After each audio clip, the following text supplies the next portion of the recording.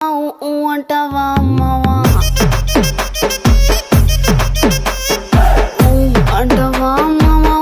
అంటావా అమ్మవా తెల్లగుంటే ఒకడు తల్ల కిందులవుతాడు